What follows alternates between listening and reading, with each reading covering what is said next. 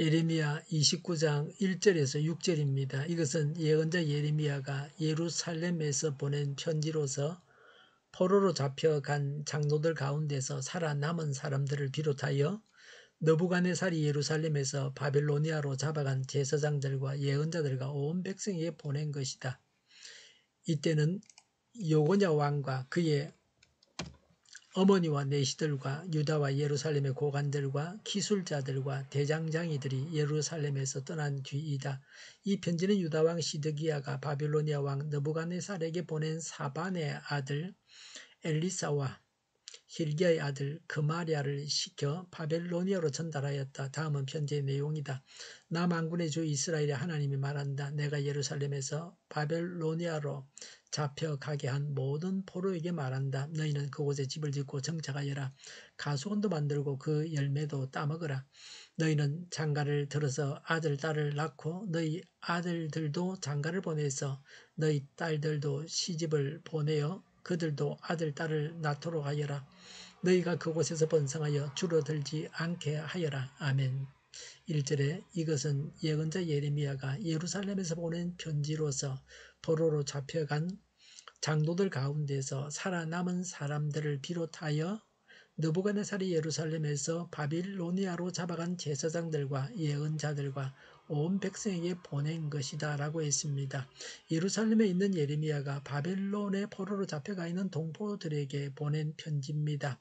포로로 잡혀가 있는 중에도 하나님은 자비를 베푸셔서 하나님의 말씀을 주셔서 살 길을 제시해 주십니다. 언제나 하나님의 말씀이 있어야 합니다.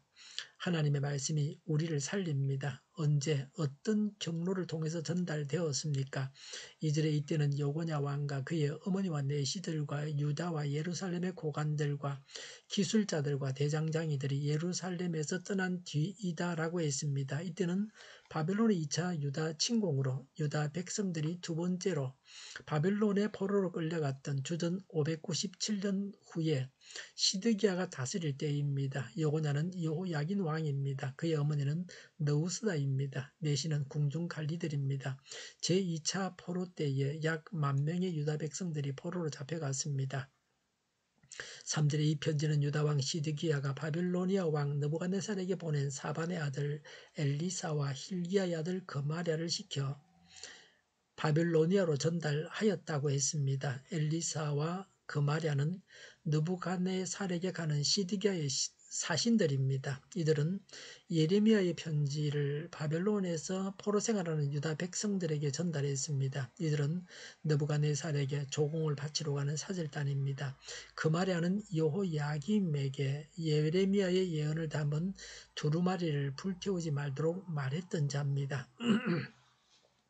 그의 부친 힐기야는 요시야 왕 당시 대제사장으로 성전에서 율법책을 발견하여 요시야 왕의 종교개혁 정책을 가속화시켰던 인물입니다.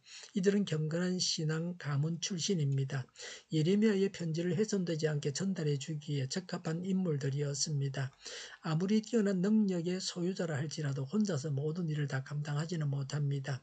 따라서 적절한 시기에 알맞은 인물이 필요합니다. 우리는 하나님의 일을 수행하는 선한 도구입니다. 따라서 하나님의 나라가 더 굳게 세워지도록 묵묵히 일하는 것이 성도의 책임입니다. 시드기야 왕이 예레미야의 편지를 사신들을 통해서 발송하는 것을 허용했습니다. 시드기야의 신앙 행적으로 볼 때 예레미야를 하나님의 선지자로 여겼던 것은 아닙니다. 시드기야가 나름대로 정치적인 계산을 했습니다. 그래서 예레미야의 편지를 보내게 했습니다. 시드기야는 바벨론 왕 느부갓네살의 호의에 의해서 왕으로 세워졌습니다. 그래서 시드기야는 백성들에게 인기가 없었습니다. 백성들은 시드기야를 미워했습니다. 요고냐 왕이 아직 살아 있었습니다. 거짓 선지자들은 요고냐 왕이 복귀한다고 했습니다. 시드기야는 자불안석한 입장이었습니다. 그런데 예레미야의 편지는 시드기야의 불안한 정치적 입지를 공고히 해주는 역할을 해줄 수 있다고 믿었습니다. 바빌론 나라에서 볼 때도 예레미야의 편지는 전혀 문제가 되지 않았습니다. 그래서 공적인 사신편으로 예레미야의 편지가 포로된 백성들에게 전달되게 한 것입니다. 3절에 다음은 편지의 내용이다라고 했습니다. 4절에 나 만군의 주 이스라엘의 하나님이 말한다. 내가 바벨론에 내가 예루살렘에서 바빌로니아로 잡혀가게 한 모든 포로에게 말한다고 했습니다. 예레미야의 편지 내용이 하나님의 말씀이라고 하여 유다인들의 포로 생활이 하나님의 뜻임을 드러내고 있습니다. 유다 백성들이 포로 생활에 임하는 태도에 관한 가르침입니다. 5절에 너희는 그곳에 집을 짓고 정착하여라. 가수원도 만들고 그 열매도 따먹으라고 했습니다. 거짓 선지자들은 곧 바벨론 포로에서 돌아오게 된다고 했습니다.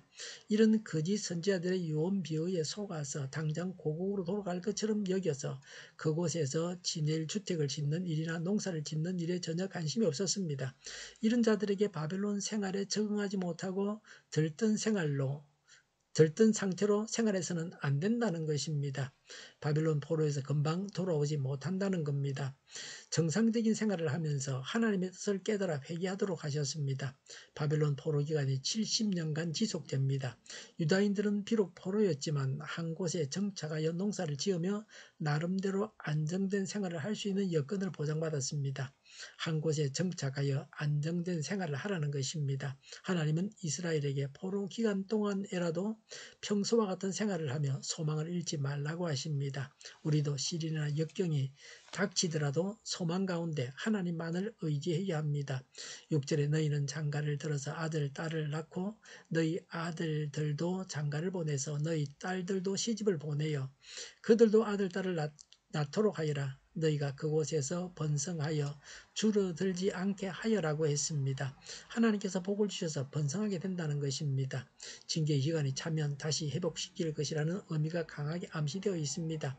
얼마나 살게 될 것인지를 분별해서 알아야 합니다. 이것이 중요합니다. 어떤 분은 60세에 은퇴해서 모든 일을 손에 놓았습니다. 재산을 자녀들에게 나누어 주었습니다. 90세 이상 사셨습니다. 30년 이상 한 일이 없습니다. 은퇴한 후에 할 일을 정해서 했다면 더 건강하고 무언가를 크게 이루었을 것입니다. 60세까지는 잘 사셨습니다. 그런데 60세 이후는 별로 남긴 것이 없습니다. 앞으로 수명은 100살 이상도 됩니다. 노년에 할 일을 하면서 살아가야 합니다. 노년에 뭘 할 것인지 정하고 해야 합니다. 진작 할 걸 하고 후회해도 소용없습니다. 오늘부터 할 일을 시작하는 것이 가장 좋습니다. 징계를 받는 중에도 하나님은 사랑하셔서 어떻게 살아가야 할지를 말씀하셨습니다. 오늘 우리도 어떤 역경 가운데에서도 하나님의 음성을 듣고 행하며 하나님만을 의지해야 합니다. 우리 기도하겠습니다. 우리 각자에게 하시는 하나님의 음성을 듣게 하옵소서. 오늘도 하나님의 말씀대로 행하겠습니다. 정의가 강물처럼 흘러가게 하여 주시옵소서. 교회가 분열되지 않고 하나가 되게 하여 주시옵소서. 교회가 한 목소리를 내게 하여 주시옵소서. 약속을 죽이는 강대국이 사라지게 하여 주시옵소서. 제일 인권이라고 하는 악한 교회들과 모든 정당과 단체와 법무부가 사라지게 하여 주시옵소서. 주사파와 공산당과 이적단체들이 사라지게 하여 주시옵소서. 악한 언론과 악한 국회의원과 악한 단체들이 사라지게 하여 주시옵소서. 하나님을 대적하는 법과 있어서는 안 될 법을 만들지 않게 하여 주시옵소서. 있어야 할 법을 폐기하지 않게 하여 주시옵소서. 일하는 자들이 정당한 대우를 받게 하여 주시옵소서. 놀고 먹는 자가 없게 하여 주시옵소서. 일을 만드는 자가 아니고 일을 하는 자가 되게 하여 주시옵소서. 눈먼 지도자, 악한 지도자, 자기 배만 부리는 지도자가 사라지게 하여 주시옵소서. 앞을 보고 선한 것을 분별해서 알고 앞길을 제시하고 섬기는 지도자만 있게 하여 주시옵소서. 하나님께서 주신 권세로 섬기는 자가 강해지게 하여 주시옵소서. 지도자들과 이 백성들에게 선한 것을 분별하는 지혜를 주옵소서. 업무 방해가 없게 하시고 업무에 충실하게 하여 주시옵소서. 망해할 사업들을 망하게 하시고 흥해할 사업들을 흥하게 하여 주시옵소서. 망해할 사업들을 붙들다가 나라가 망하지 않게 하여 주시옵소서. 망할 자가 망하고 흥할 자가 흥하게 하옵소서. 망할 자가 망하지 않아서 나라가 망하지 않게 하여 주시옵소서.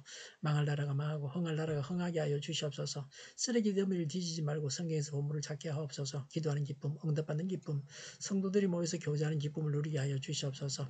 주일 예배를 오늘도 주장하셔서 하나님의 은혜가 넘쳐나고 아름다운 예배를 드리게 하여 주시옵소서. 우리 동일교회가 만구는 집 하게 하여 주시옵소서. 저희의 간절한 간구에 응답하여 주시옵소서. 예수 이름으로 명하노니 모든 병만은 물러가고 몸의 모든 부분들은 온전하게 될지어다. 신유의 기적을 베푸셔서 지금도 저희의 질병을 고쳐주시옵소서. 코로나로 진행하는 모든 자들을 고치시고 온전케 하여 주시옵소서. 저희와 교회와의 나라의 민족을 불쌍히 여겨 주시옵소서. 모든 악한 것들을 제거하여 주시옵소서. 하나님께서 기뻐하시는 교회와 나라가 되게 하여 주시옵소서. 경제가 나아지고 달러가 꺾이고 포함 기업들의 수요 복구가 하루속히 완료되게 하시며 자재비가 인하되고 또 인플레가 이제 그치게 하여 주시옵소서. 출산의 기쁨을 누리게 하여 주시옵소서. 가공 음식들이 건강하게 하는 먹을거리가 되게 하여 주시옵소서. 늘 맑은 공기를 마실 수 있게 하여 주시옵소서. 청년들에게 일자리를 주시고 또 진로가 열려지고 합격의 영광을 누리게 하여 주시옵소서. 오늘도 하나님 안에서 차고 넘치는 삶, 복된 삶을 살게 하여 주시옵소서.